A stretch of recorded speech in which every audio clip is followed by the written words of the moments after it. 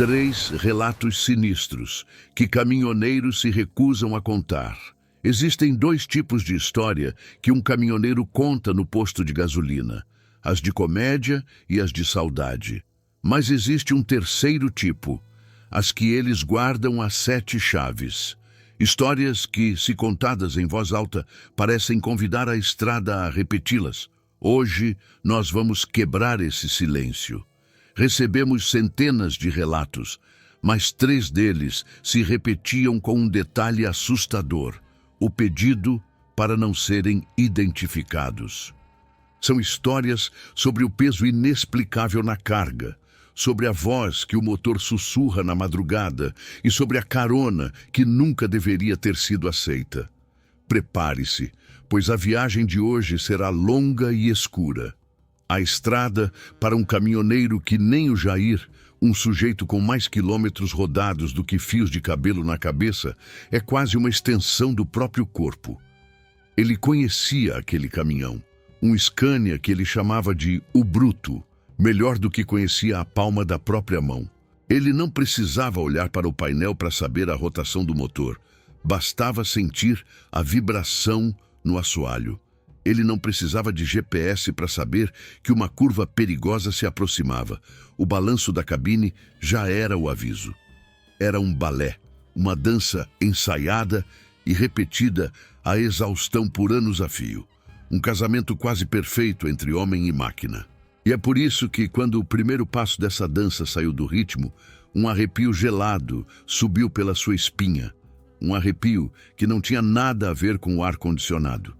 Ele tinha acabado de passar por um trecho curto da BR, um lugar que todo mundo que era do trecho conhecia bem. Não pela beleza, mas pelas cruzes fincadas na beira da pista, um jardim macabro de metal retorcido e flores de plástico desbotadas pelo sol. Cada uma delas uma história que terminou cedo demais. Jair sempre passava por ali com um respeito calado, diminuía um pouco a velocidade, quase como um aceno aos que ficaram por ali. Mas, dessa vez, algo de lá pareceu se agarrar a ele. No começo, foi uma coisa sutil, quase imperceptível. Uma leve falta de resposta no acelerador, uma preguicinha do motor que ele atribuiu ao cansaço da viagem. Deve ser o diesel batizado, ele resmungou para si mesmo, tentando encontrar uma explicação que coubesse dentro do seu mundo de graxa e pistão. Mas a sensação não foi embora. Pelo contrário, a cada quilômetro ela se tornava mais forte, mais presente, mais teimosa. O Bruto, que sempre foi um gigante ágil, agora parecia um boi velho sendo arrastado para o matadouro. Aquele peso extra não era como uma carga mal distribuída, que faz o caminhão pender para um lado. Não. Era uma força que vinha de trás, de cima, uma resistência uniforme que o puxava para o asfalto, como se a gravidade naquele pedaço de chão tivesse se multiplicado por 10. Jair olhava pelo retrovisor, esperando ver um pneu murchando, a lona da carga rasgada, qualquer coisa, mas não via nada. Tudo estava exatamente como deveria estar. O motor não tossia, a temperatura estava estável, nenhuma luz de alerta piscava no painel. A máquina dizia que estava tudo bem, mas o corpo do Jair, a sua sensibilidade de motorista, gritava que havia algo terrivelmente errado. A cabeça dele virou um turbilhão. Ele repassava mentalmente cada etapa daquele dia. A carga de bobinas de aço, pesada sim, mas dentro do limite. Ele mesmo acompanhou a pesagem na balança da empresa. A nota fiscal estava ali, no painel, com o número exato de toneladas. Seria um problema mecânico que ele nunca tinha visto? Um freio de carreta travado? Mas não havia o cheiro característico de lona queimada, nem o superaquecimento dos tambores. Seria algo no diferencial? Mas não havia o ronco metálico, o som de engrenagens moendo umas às outras. A lógica, a fiel companheira de um homem da estrada, estava abandonando-o, e no vácuo deixado por ela, um sentimento estranho começou a brotar.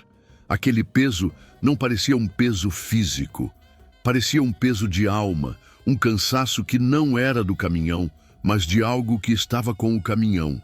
Era um peso fantasma. A palavra surgiu na sua mente e ele tentou afastá-la, mas ela voltou com mais força. A força invisível que o segurava parecia ter uma intenção, uma vontade própria. E a cada metro que ele lutava para avançar, a certeza crescia dentro dele. Ele não podia continuar dirigindo assim. Não era seguro. Ele precisava parar, descer, olhar com os próprios olhos e provar para si mesmo que estava ficando louco. Com o coração martelando contra as costelas, uma mistura de medo e irritação, Jair finalmente encontrou um recuo na pista, um pedaço de asfalto maltratado que servia de refúgio para pneus furados e motores superaquecidos. Ligar a seta foi um ato de rendição. Cada metro que ele percorria para sair da rodovia era uma briga. O bruto parecia não querer parar, como se a força que o segurava também o estivesse empurrando para um destino que ele não podia escolher. Ele pisava no freio e sentia o pedal esponjoso. A resposta era lenta, atrasada, como se o sistema de freios estivesse submerso em melado. Quando finalmente conseguiu imobilizar as dezenas de toneladas de aço, o silvo dos freios a ar soou no silêncio da beira de estrada não como um alívio, mas como um suspiro cansado de um animal exausto. Ele desligou o motor e o silêncio que se seguiu foi quase ensurdecedor. Por um instante, ficou ali parado, com as mãos no volante, apenas ouvindo o tic-tac do metal do motor esfriando, tentando convencer a si mesmo de que era tudo um grande exagero da sua cabeça cansada. Mas Jair não era homem de se deixar levar por fantasias. Ele era prático. Desceu da cabine, sentindo o bafo quente que subia do asfalto e começou o ritual que já fizera milhares de vezes. Primeiro, os pneus. Deu a volta completa na carreta, chutando cada um dos 18 pneus com a biqueira da bota. O som era sempre o mesmo, um tump seco e firme, o som de borracha cheia, calibrada. Ele se agachou, passou a mão nas bandas de rodagem, procurando por bolhas, cortes, qualquer coisa que indicasse um problema. Nada. Estavam perfeitos. Em seguida, foi para a suspensão, seu olhar treinado buscando uma mola quebrada, um feixe de molas arreado, qualquer sinal de que a estrutura estivesse cedendo ao peso. Mas os amortecedores estavam secos, as bolsas de ar cheias, tudo no seu devido lugar. Ele se enfiou debaixo da carreta, o cheiro de diesel e poeira impregnando suas narinas, e verificou o sistema de freios, as cuícas, as mangueiras, tudo em ordem. Por último, a carga. Subiu na lateral do caminhão, afastou a lona e olhou para as bobinas de aço. Estavam lá, imóveis, presas pelas correntes grossas, exatamente como ele as havia amarrado. A frustração começou a queimar em seu peito, mais quente que o sol da tarde. Não havia nada de errado, absolutamente nada. Ele desceu, bateu a poeira da calça e ficou ali, no acostamento, olhando para o seu caminhão como se o visse pela primeira vez. Era uma máquina perfeita, robusta, confiável, e ainda assim, minutos atrás, essa mesma máquina parecia possuída por uma força invisível. A dúvida começou a corroer sua certeza. Será o cansaço? Será que eu estou ficando velho para essa vida? Pensou. A solidão da estrada tem dessas coisas. Ela prega peças, cria ruídos, onde só existe o vento. Ele deu um soco num dos pneus, mais de raiva de si mesmo do que do caminhão. Decidiu que não ia perder mais tempo com aquilo. Voltou para a cabine, bebeu um gole de água morna e deu a partida. O motor roncador do Scania despertou com a mesma força de sempre. Ele engatou a primeira, olhou pelo retrovisor e voltou para a pista. Por uns 200, 300 metros, tudo pareceu normal. O peso havia sumido. Um sorriso de alívio começou a se formar em seu rosto. Foi um alarme falso, mas o sorriso morreu antes de nascer. A sensação voltou. E voltou pior. Começou como um sussurro, uma leve resistência, e em segundos já era um grito, uma âncora invisível que se fincava no asfalto. tornando cada centímetro de avanço uma vitória agonizante. Agora não havia mais a desculpa da dúvida. Ele tinha checado, ele sabia. O problema não estava no caminhão. A mente humana é uma máquina de buscar padrões, de dar nome às coisas. A gente precisa de caixinhas, de etiquetas para organizar o caos do mundo. E a mente de Jair, um homem acostumado a diagnósticos precisos, a identificar um problema pelo som, pelo cheiro, pela vibração, estava em curto-circuito. Ele precisava de uma comparação, de algo que pudesse explicar para si mesmo aquela loucura. E foi aí que a analogia surgiu, simples e perfeita. Sabe quando você leva o carro para alinhar, o mecânico jura que está tudo certo, você paga e assim que pega a estrada, o desgraçado continua puxando para a direita? É aquela teimosia irritante, aquela briga constante com o volante para manter o carro em linha reta. Era exatamente isso. Era a mesma sensação de lutar contra uma vontade que não era a sua. A diferença, e era isso que gelava o seu sangue, é que a teimosia não vinha da direção. Não era um problema de alinhamento ou balanceamento.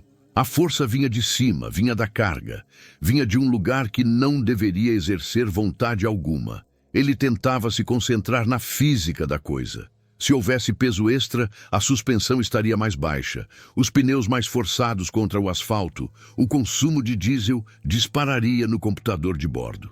Mas nada disso acontecia. O caminhão por fora estava normal. Os instrumentos todos diziam, siga em frente, está tudo bem. Era uma mentira. Era a mentira mais deslavada que uma máquina já contou a um homem. O peso estava lá. Jair o sentia em cada músculo do seu corpo, na tensão dos seus ombros, na força que ele precisava fazer no acelerador para manter a velocidade.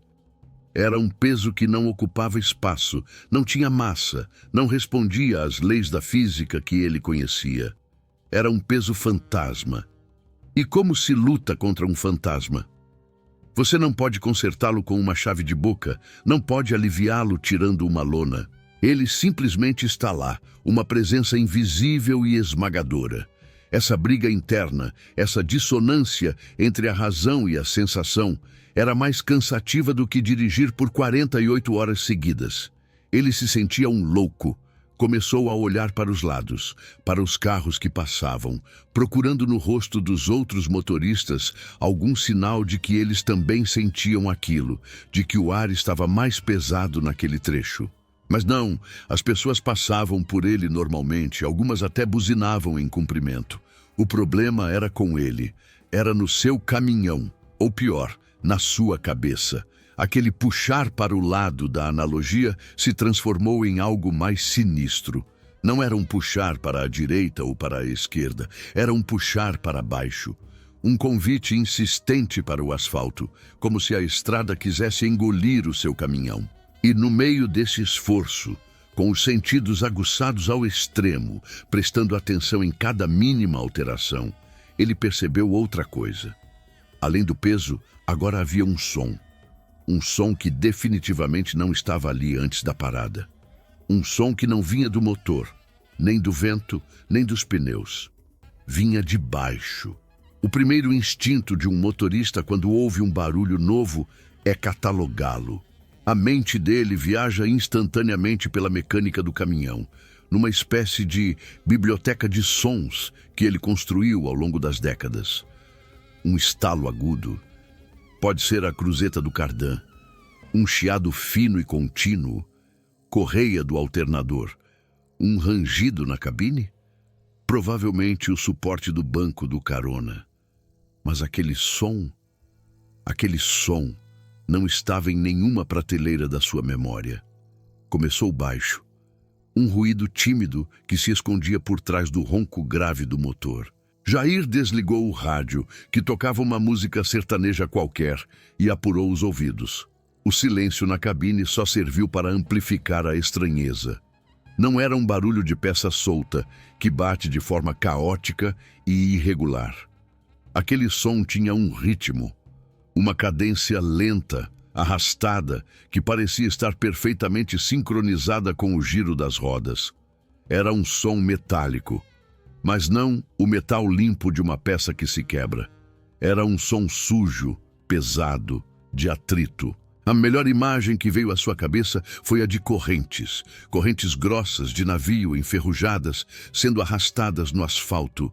Um clank,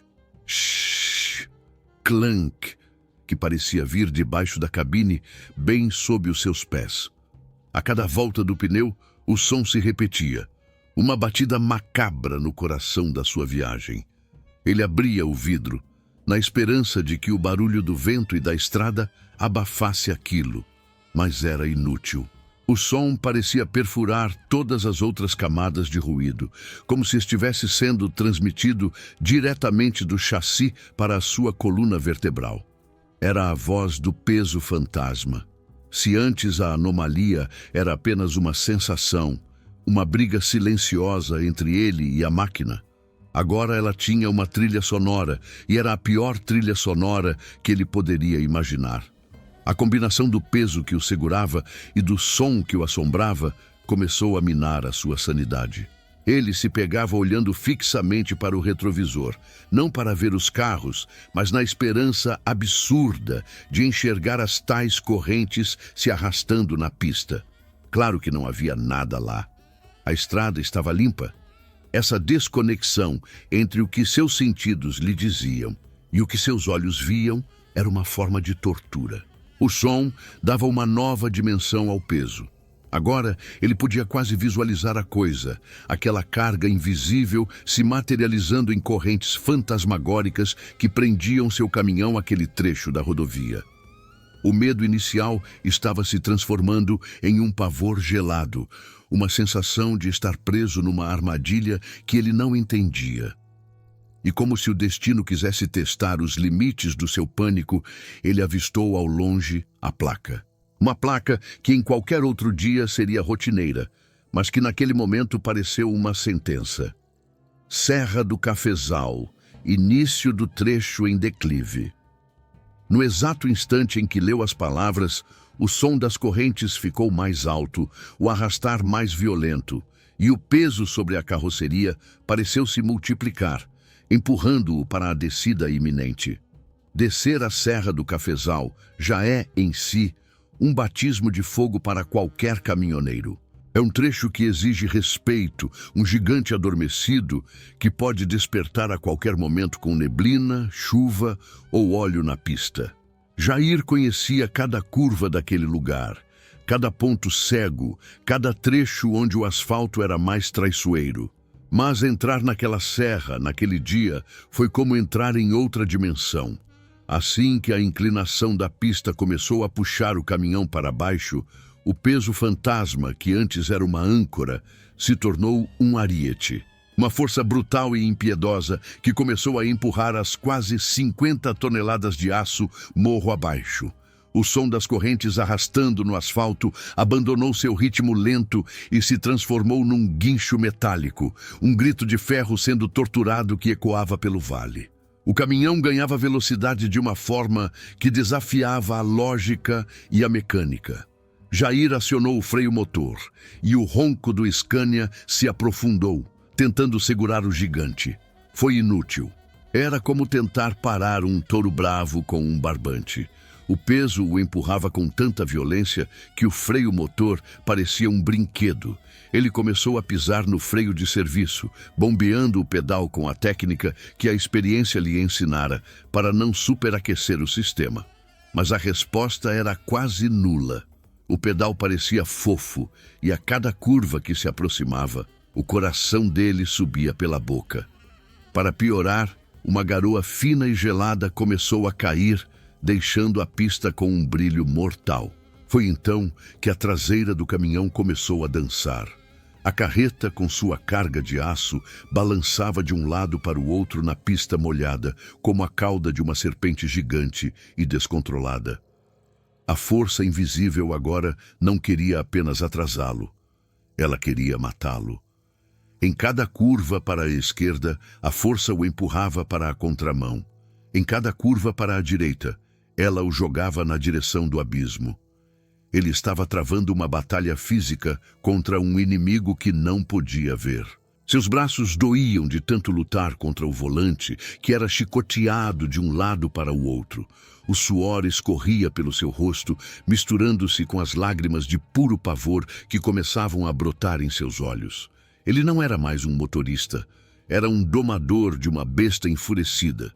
Ele gritava dentro da cabine, uma mistura de xingamentos e preces, negociando com Deus, com o diabo, com qualquer entidade que estivesse ouvindo. Num dos cotovelos da serra, um carro pequeno que subia a pista veio de frente.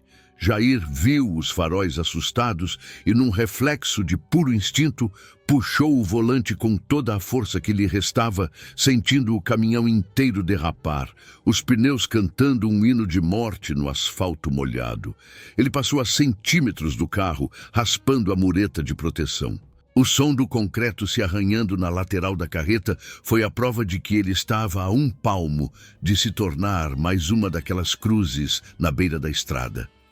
Ele sabia que não ia conseguir. A próxima curva era fechada demais.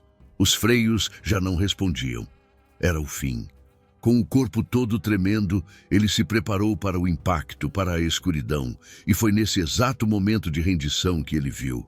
Através do para-brisa encharcado pela chuva e pelo seu próprio desespero, ele viu uma luzinha fraca, solitária, piscando na beira da estrada, bem na entrada da curva fatal. Aquela luz, no meio da escuridão e da chuva, era minúscula. Era a chama solitária de uma vela, protegida por um nicho de vidro, tremeluzindo dentro de uma pequena capelinha de beira de estrada. Um santinho, como os motoristas chamavam. Um daqueles altares improvisados, erguidos em memória de alguém que perdeu a vida ali, ou simplesmente como um ponto de fé no meio do nada. Jair já tinha passado por centenas deles sem nunca dar muita atenção, mas naquele momento, era a única coisa que existia no universo. O caminhão desgovernado, um meteoro de aço e pânico, ia em direção à curva e passaria exatamente ao lado daquela luzinha frágil e insignificante. Ele não tinha mais controle. Não havia mais o que fazer. Era o fim da linha, e seu túmulo seria marcado por aquele ponto de luz. Ele se encolheu contra o banco, fechou os olhos e esperou o som do metal se rasgando. Mas o som não veio. Em vez disso, veio o silêncio. No exato instante em que a cabine do seu caminhão se alinhou com o pequeno santuário, tudo parou. Não foi gradual, foi instantâneo. Como se Deus ou o diabo tivesse acabado de desligar um interruptor. O peso esmagador que o empurrava para a morte simplesmente se desfez, evaporou no ar. A sensação foi tão súbita que ele sentiu o caminhão dar um solavanco para a frente, livre da sua amarra invisível.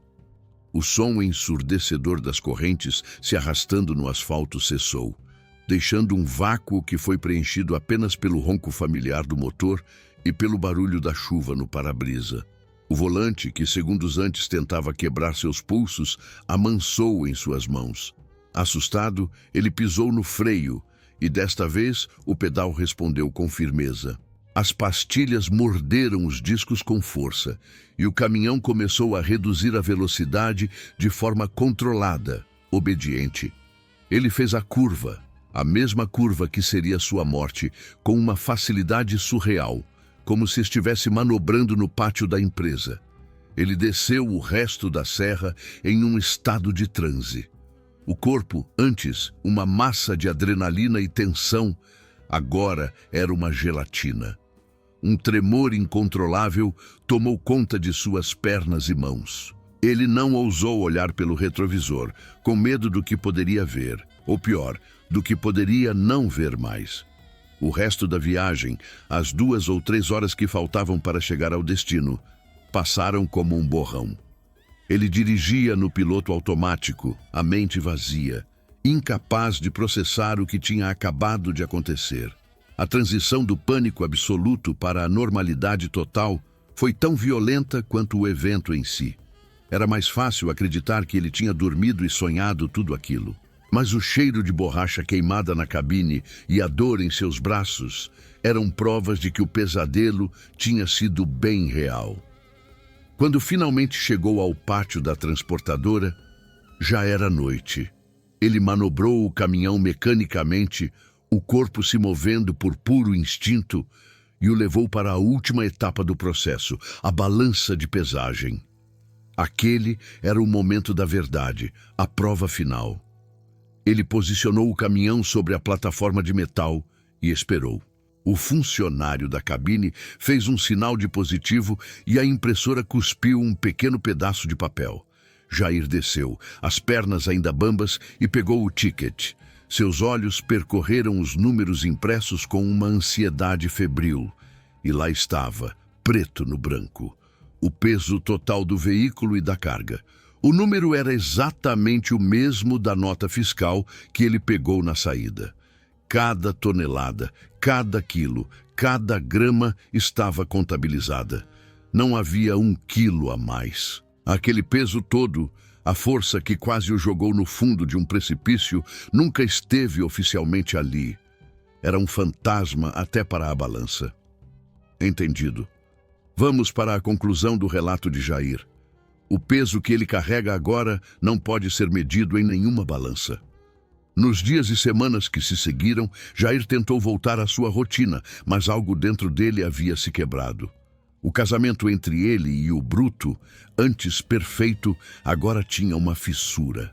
Às vezes, no silêncio da madrugada, ele ainda achava que ouvia o arrastar fantasmagórico das correntes e seu pé instintivamente ia para o freio. Nos pátios de postos de gasolina, rodeado pelo som de outros caminhoneiros rindo e contando histórias, a sua própria história queimava em sua garganta, implorando para sair. Ele começava a frase: "Vocês não vão acreditar no que me aconteceu na Serra do Cafezal." Mas as palavras morriam antes de nascer. Como ele poderia explicar?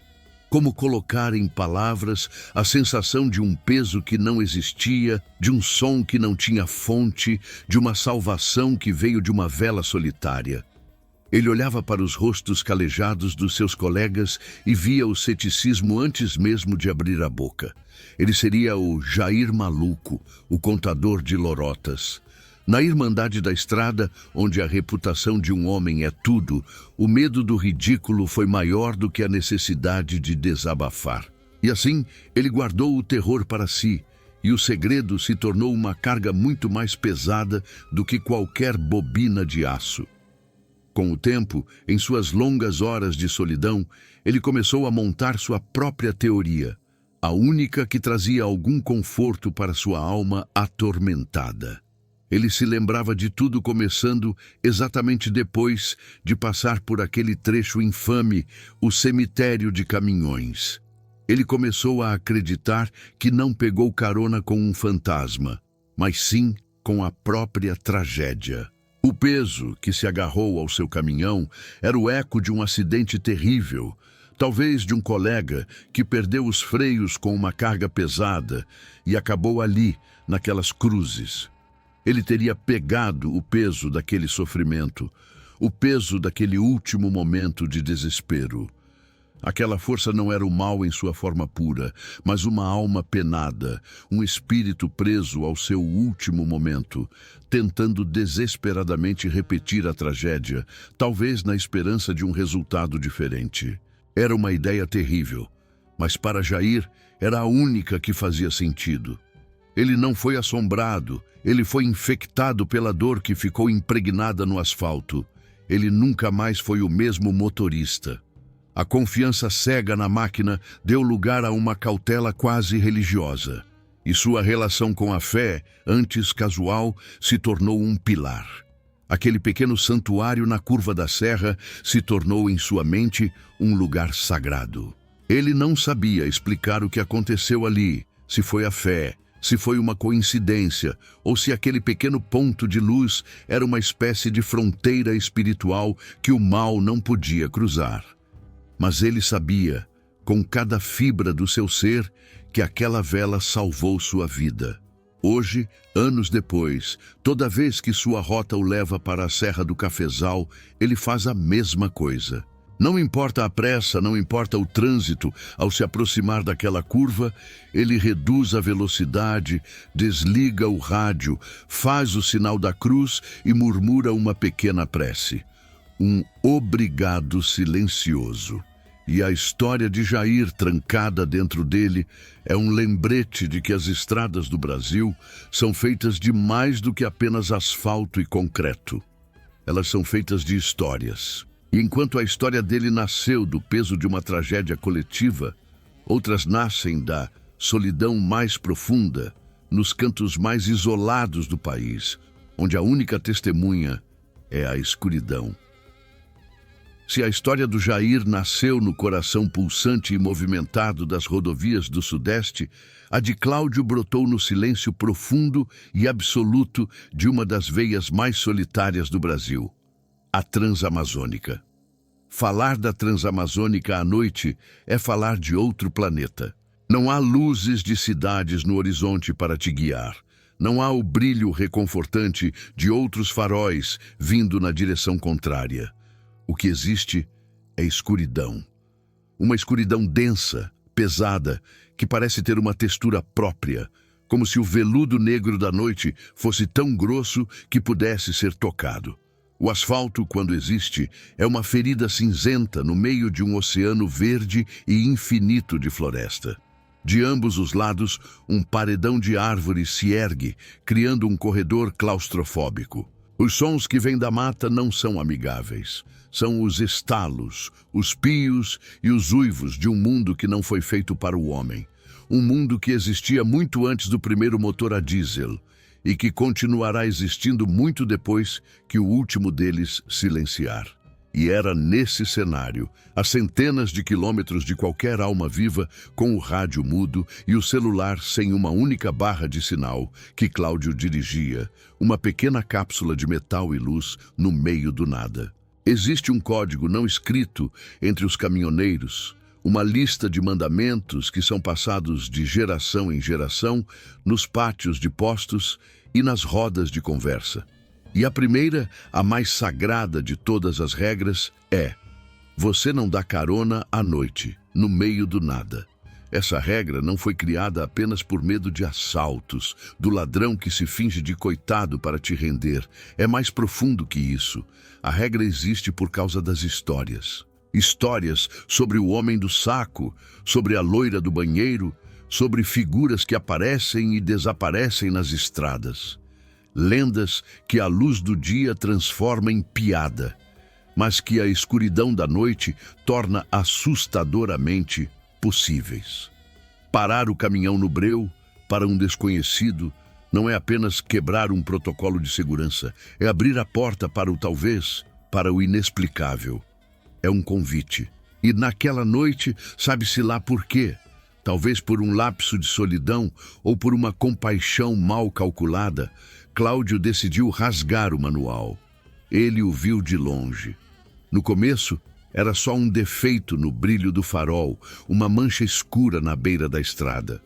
Conforme se aproximava, a mancha tomou forma humana. Um homem parado, estático como um poste. Não fazia sinal, não acenava, não parecia em pânico. Ele apenas estava lá, em pé, como se estivesse esperando por aquele caminhão específico. A mente de Cláudio gritava todos os avisos que ele já tinha ouvido. Segue reto, não para, lembra do que o pessoal conta. Mas seus pés, como se tivessem vontade própria, começaram a aliviar o acelerador e a tocar o freio. Ele viu a figura através do para-brisa. Um homem magro, de roupas simples, parecia inofensivo. Talvez um morador de algum vilarejo próximo. Um trabalhador cujo carro quebrou. A lógica tentava justificar o que o instinto condenava. O caminhão parou, o ar dos freios sibilando na noite, quebrando o encanto sonoro da floresta. O homem se aproximou da porta do passageiro sem pressa. Cláudio se esticou e destravou a porta. Um erro. Ele sabia que era um erro, mas já era tarde demais para voltar atrás. A porta se abriu, A figura entrou e, quando a porta se fechou, o som abafado selou o destino de Cláudio naquela cabine, mergulhando-a num silêncio que era 1000 vezes mais pesado que a escuridão lá fora. Assim que a porta do carona bateu, um silêncio antinatural tomou conta da cabine. Não era o silêncio comum de duas pessoas que ainda não se conhecem. Era uma quietude espessa, pesada, como se o ar tivesse sido substituído por algo mais denso. Cláudio engoliu em seco, sentindo um arrepio que não vinha do ar-condicionado. Ele colocou o caminhão em movimento e os sons familiares do motor e dos pneus na estrada pareciam distantes, abafados, como se viessem de outro mundo. Ele arriscou uma olhada para o homem ao seu lado. A primeira impressão se confirmou. Era magro, quase esquelético, com a pele de um branco pálido, doentio, que contrastava com a escuridão da noite lá fora. Suas roupas eram simples, gastas, mas estranhamente limpas para alguém que estava parado no meio de uma estrada de terra. Não havia um pingo de lama em suas botas, nem o cheiro de suor ou de mata que se esperaria de alguém naquela situação. Ele trazia consigo um frio, uma ausência de vida que fez a cabine, antes um refúgio quente e seguro, parecer um mausoléu sobre rodas. O passageiro não se mexia. Ele se sentou no banco e ali ficou, imóvel, as mãos pousadas sobre os joelhos, o corpo reto, numa postura que não era nem relaxada nem tensa. Era apenas vazia. Ele olhava para a frente, para a estrada que se desenrolava no facho do farol, mas seu olhar parecia atravessar o vidro, a noite, a floresta. Parecia fixo em algo muito além. E foi então que Cláudio notou os olhos. Eram escuros, de um preto profundo e oleoso. Mas a verdadeira estranheza, o detalhe que fez o estômago de Cláudio revirar, foi a ausência total de reflexo. As luzes do painel, o verde do velocímetro, o laranja do contagiros, que deveriam dançar como pequenos pontos de vida na pupila de qualquer pessoa, simplesmente morriam ao encontrar aqueles olhos. Eram como 2 buracos negros, 2 janelas para um vácuo absoluto que engoliam a luz e não devolviam nada. Olhar para aqueles olhos foi como olhar para a própria noite, só que uma noite sem estrelas, sem lua, sem esperança. Naquele instante, o arrependimento de Cláudio se transformou em medo. Um medo puro, primitivo. Os quilômetros se arrastavam numa lentidão torturante.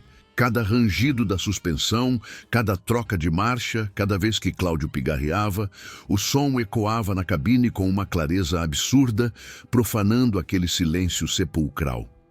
O silêncio do passageiro não era passivo, era ativo, era uma presença. Era um silêncio que pressionava, que julgava, que perguntava. Cláudio se sentia como um intruso em sua própria cabine. Ele tentava se concentrar na estrada, mas sua atenção era constantemente puxada para a figura imóvel ao seu lado. Ele não se coçava, não mudava de posição, e Cláudio não conseguia nem mesmo perceber o sobe e desce sutil do peito que indicaria a respiração. A situação estava se tornando insuportável.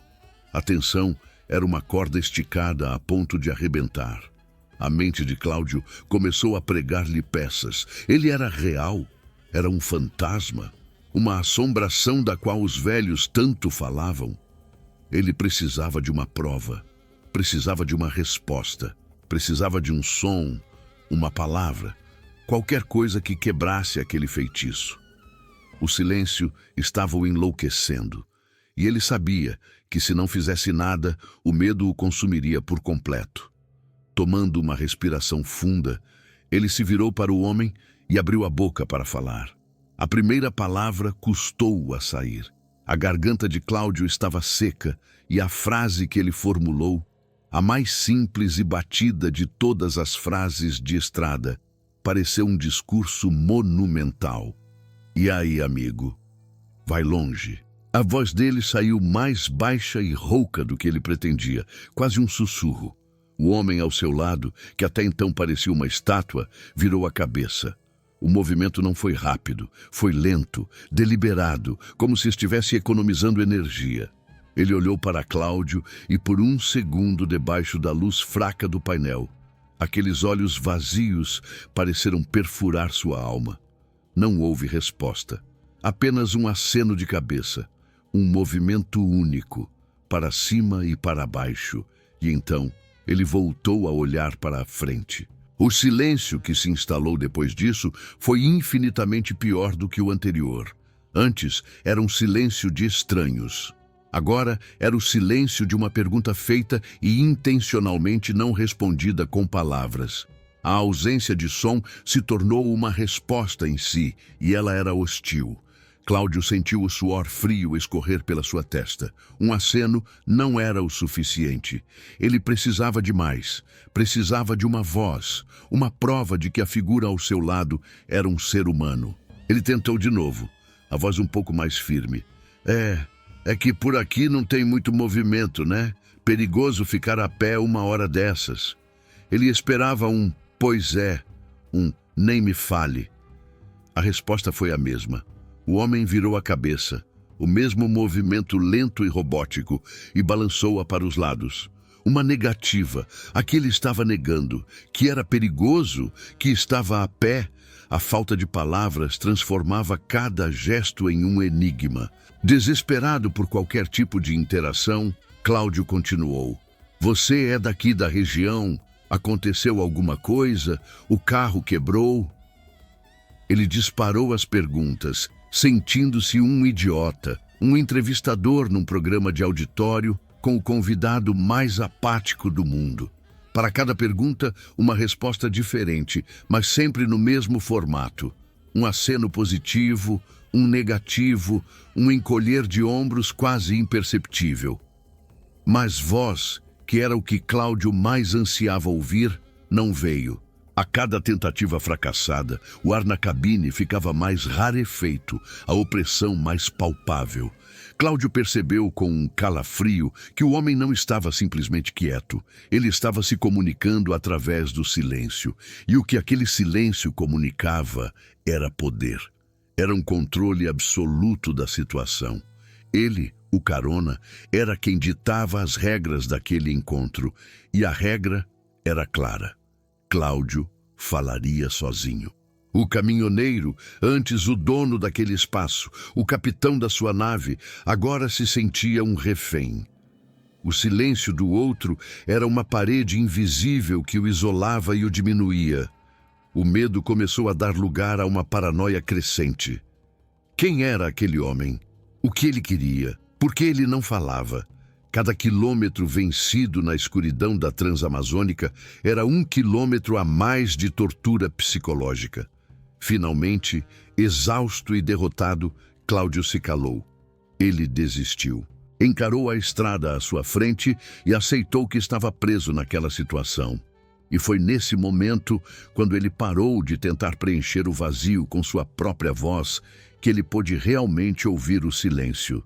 E ele não era vazio. Tinha uma qualidade, uma textura. A melhor maneira que Cláudio encontrou, depois, para descrever o que sentiu, foi com uma analogia que só quem viveu na estrada ou em lugares remotos consegue entender de verdade. O silêncio daquele homem era como um rádio antigo, fora de estação, no meio da madrugada. Não era um silêncio puro, limpo, como o de um quarto vazio. Não. Era um silêncio cheio de ruído. Era uma ausência de som que, paradoxalmente, era barulhenta. Sabe quando você gira o botão do rádio, procurando desesperadamente por uma voz, uma música, um sinal de vida, e tudo que encontra é aquele chiado, aquela estática? Um som que é ao mesmo tempo vazio e cheio. Vazio de informação, de humanidade. E cheio de uma energia crepitante, uma promessa de que algo pode romper aquele ruído a qualquer momento. Aquele silêncio era a estática da alma. Era um chiado que não entrava pelos ouvidos, mas que ressoava diretamente dentro do crânio dele. Era a vibração da tensão, a frequência do medo. A presença do homem ao seu lado gerava essa interferência, essa perturbação no ar que deixava Cláudio num estado de alerta constante. Era impossível relaxar. Seus músculos estavam tensos, seus sentidos aguçados ao máximo, esperando o quê? Ele não sabia. E essa era a pior parte da tortura. A estática era a antessala do acontecimento. Era o zumbido que precede o grito, a calmaria que antecede a tempestade. O silêncio dele não era pacífico, era uma contagem regressiva. Cada quilômetro rodado em silêncio era um número a menos no cronômetro, e Cláudio tinha a terrível certeza de que quando a contagem chegasse a zero, algo pavoroso aconteceria. Essa sensação, essa estática, começou a afetá-lo fisicamente. Sua nuca estava arrepiada, um suor frio e pegajoso escorria por suas costas.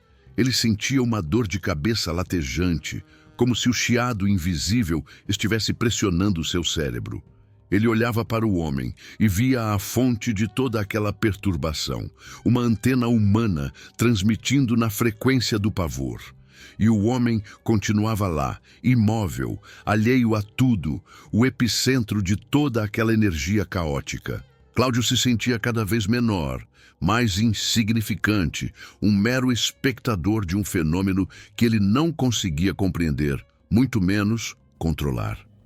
O desejo de parar o caminhão e mandar aquele homem descer era imenso, mas o medo do que poderia acontecer se ele o fizesse era ainda maior.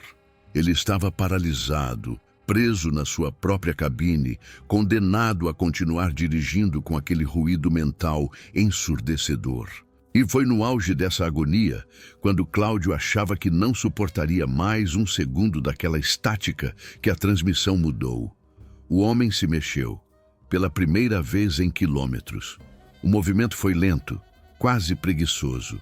Ele levantou o braço direito e um dedo longo e pálido se esticou, apontando para a escuridão fechada da floresta, para um lugar onde não havia estrada, não havia nada.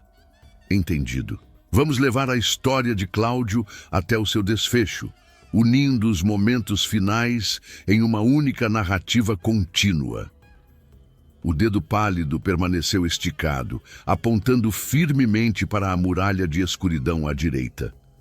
Cláudio forçou a vista, tentando enxergar o que o homem indicava.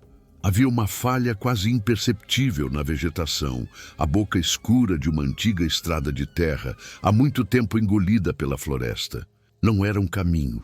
Era uma cicatriz no meio da mata, um lugar por onde um caminhão como o dele jamais deveria passar. O bom senso, o instinto de sobrevivência, tudo em Cláudio gritava não. Ele balançou a cabeça, recusando. Aí não, amigo, aí não tem como passar. E foi então que a verdadeira natureza do terror se revelou. Ele não perdeu a consciência, não desmaiou. Pelo contrário, sua mente estava terrivelmente lúcida enquanto observava, como um espectador, suas próprias mãos traírem-no. Seus dedos, que seguravam o volante com força, começaram a girá-lo para a direita. Ele tentou lutar, tentou forçar os músculos a obedecerem ao seu cérebro. Mas era como se os nervos dos seus braços tivessem sido conectados a outra fonte de comando. Uma força de vontade fria e implacável emanava do homem silencioso e dominava seu corpo. O caminhão começou a sair da estrada principal, a cabine se inclinando enquanto os pneus dianteiros tocavam a terra fofa da trilha abandonada. Ele estava sendo sequestrado, não por uma arma, mas por uma força invisível que o transformara em um fantoche em seu próprio teatro. No exato instante em que as rodas estavam prestes a abandonar por completo a segurança da estrada, um som explodiu na cabine. O rádio, mudo e inútil há horas, berrou com o volume no máximo. Não era música, era um chiado ensurdecedor, uma parede de estática tão violenta e alta que pareceu fazer o ar vibrar. Era a mesma estática que Cláudio sentia em sua mente, agora materializada em um grito de puro ruído branco que o agredia fisicamente. A dor nos ouvidos foi tão aguda que por um segundo o livrou da compulsão que o dominava. E no meio daquele caos sonoro, enterrada sob camadas e camadas de chiado, uma voz conseguiu romper. Era fraca, distante, cheia de desespero, como uma transmissão de outro mundo. A voz disse com dificuldade: "Não vai. Ele não quer chegar. Ele quer te levar." Aquelas palavras, um farol no meio da tempestade de ruído, foram como um choque elétrico no cérebro de Cláudio. O feitiço se quebrou. O controle sobre seus próprios membros voltou de uma só vez, numa onda de adrenalina e pavor. Num ato de puro reflexo, ele pisou no freio com toda a força que tinha. O caminhão parou com um solavanco violento que jogou tudo que estava solto na cabine para a frente. O motor morreu. O chiado do rádio se cortou, e o silêncio que se seguiu foi o mais profundo e absoluto de todos. Cláudio ficou ali, ofegante, o coração disparado, tentando entender o que tinha acontecido. O aviso, a voz. Ele foi salvo. Com o corpo todo tremendo, ele se virou para o banco do carona, a raiva e o medo se misturando, pronto para gritar, para expulsar aquela coisa de sua cabine. Mas não havia ninguém lá. O banco estava vazio. A porta do passageiro estava fechada e travada. A janela, subida. O homem, ou o que quer que fosse aquilo, tinha simplesmente desaparecido. Ele não saiu. Ele se desfez, evaporou. Cláudio ficou parado ali por não sabe quanto tempo, no meio da Transamazônica, com metade do caminhão numa estrada fantasma, até que o primeiro raio de sol, tímido, começou a pintar o céu. Ele deu a partida e dirigiu sem parar, como se o próprio diabo estivesse em seu encalço. Horas depois, no primeiro posto de gasolina que encontrou, um lugar sujo e esquecido no tempo, ele desceu do caminhão parecendo 10 anos mais velho. Enquanto tomava um café amargo, com as mãos ainda tremendo, ele ouviu a conversa de 2 homens no balcão. Falavam sobre como aquela área era perigosa. Falavam de um caminhoneiro, um rapaz novo, que tinha sumido por ali fazia mais ou menos 1 ano. Ninguém nunca achou o corpo, nem o caminhão. A última vez que o viram, disseram que ele comentou que ia cortar caminho por uma estrada de terra que não estava no mapa. Naquele momento, Cláudio entendeu tudo. A carona que ele deu não era a vítima, era o predador. E a voz no rádio, o aviso desesperado vindo do meio da estática, era a verdadeira alma penada daquela estrada. O último motorista que atendeu ao chamado e virou para a direita. Nem toda a assombração da estrada nasce da tragédia ou da maldade. Às vezes, o inexplicável surge do afeto, do cuidado que transcende a própria vida. É o caso de Marcos, um rapaz novo, cheio de sonhos, que tinha acabado de comprar seu primeiro caminhão. Era o seu orgulho, a prova de que ele tinha vencido. E foi em uma de suas primeiras viagens longas, atravessando o calor e a solidão do sertão da Bahia, que ele percebeu que seu caminhão não era uma máquina comum. Começou com um ruído baixo, um zumbido intermitente que ele, como bom mecânico, logo tentou diagnosticar. No início, parecia um vazamento de ar, aquele psiu contínuo e sutil. Mas, com o passar das horas, o som ganhou um ritmo estranho, quase orgânico. Parecia uma respiração, um inspirar e expirar lento e constante vindo do coração do motor. A estranheza se tornou medo quando a respiração virou um sussurro. Em meio ao barulho do motor, Marcos começou a ouvir, com uma clareza assustadora, palavras soltas. E era sempre a mesma palavra, o nome de sua esposa. A voz era baixa, quase inaudível, mas estava lá. Ele começou a achar que o sol forte e a solidão estavam fritando seu cérebro. Parou o caminhão no acostamento dezenas de vezes. Abria o capô, olhava cada peça, cada correia e não encontrava absolutamente nada de errado. A voz só aparecia quando ele estava em movimento, um fantasma que só se manifestava com a vibração da estrada. A paranoia se instalou. Ele estava ficando louco? Era essa a peça que a estrada prega nos novatos? Em uma noite particularmente exaustiva, a resposta veio. O cansaço o venceu e seus olhos começaram a pesar. Ele deu uma piscada mais longa, a cabeça pendeu por um segundo e o caminhão começou a desviar lentamente para o acostamento.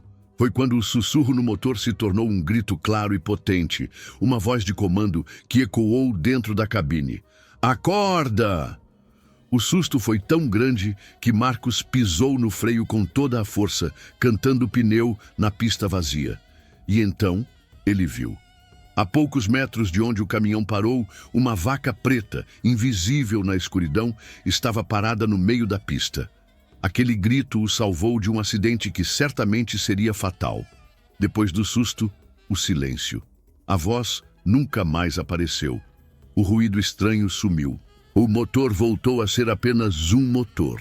Marcos nunca soube explicar o que aconteceu, mas, ao pesquisar a história do seu caminhão, descobriu que o antigo dono era um senhor que morrera de velhice e que, segundo a família, tratava aquele veículo como um filho. Marcos gosta de pensar que não estava louco. Ele gosta de pensar que, na solidão do sertão, ele não estava sozinho. Ele tinha um anjo da guarda mecânico, o espírito de um velho caminhoneiro zelando por sua máquina e pelo jovem que agora a conduzia. Existe uma crença quase universal de que a cabine de um caminhão é uma fortaleza. Uma bolha de aço e vidro que corta a escuridão, protegendo quem está dentro do mundo lá fora. Mas e se eu te dissesse que isso é a maior mentira que já te contaram? A verdade contraintuitiva é que não existe lugar mais exposto e vulnerável do que estar sozinho, no meio do nada, com apenas um para-brisa te separando do inexplicável. O verdadeiro perigo da estrada não é o que você pode ver no retrovisor, mas o que viaja ao seu lado, dentro da cabine, sem ter sido convidado. Pense na última vez que você dirigiu à noite numa estrada vazia. Sabe aquele arrepio? Aquela sensação de que você não está sozinho, mesmo com quilômetros de escuridão em todas as direções? Agora imagine sentir isso todas as noites, como parte do seu trabalho.